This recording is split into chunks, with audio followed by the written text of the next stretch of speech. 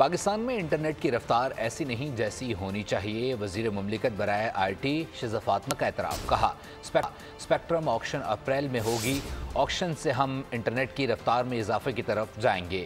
آنے والے سال میں انٹرنیٹ کی سپیڈ میں نمایاں اضافہ بھی ہوگا۔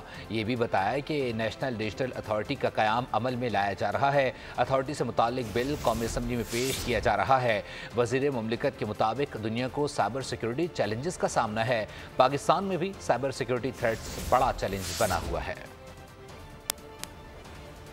انشاءاللہ بہت سی ایسی پیش رفت ہونے والی ہے جس سے پاکستان میں نہ صرف انٹرنیٹ کی سپیڈ بہتر ہوگی مگر اوورآل جو ٹیکنالوجی کی ریلیٹڈ انڈسٹری ہے، چاہے وہ ٹیلی کام انڈسٹری ہے، آئی ٹی انڈسٹری ہے، اس کی بھی ہیلتھ کے اوپر سگنیفیکنٹ کام کیا جائے گا۔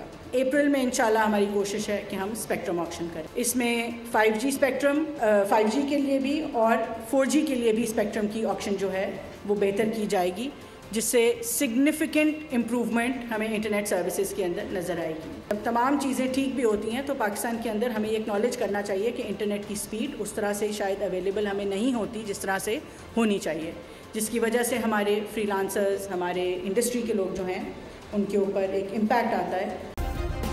سبسکرائب کریں اور بیل دبائیں تاکہ کوئی خبر رہ نہ جائے۔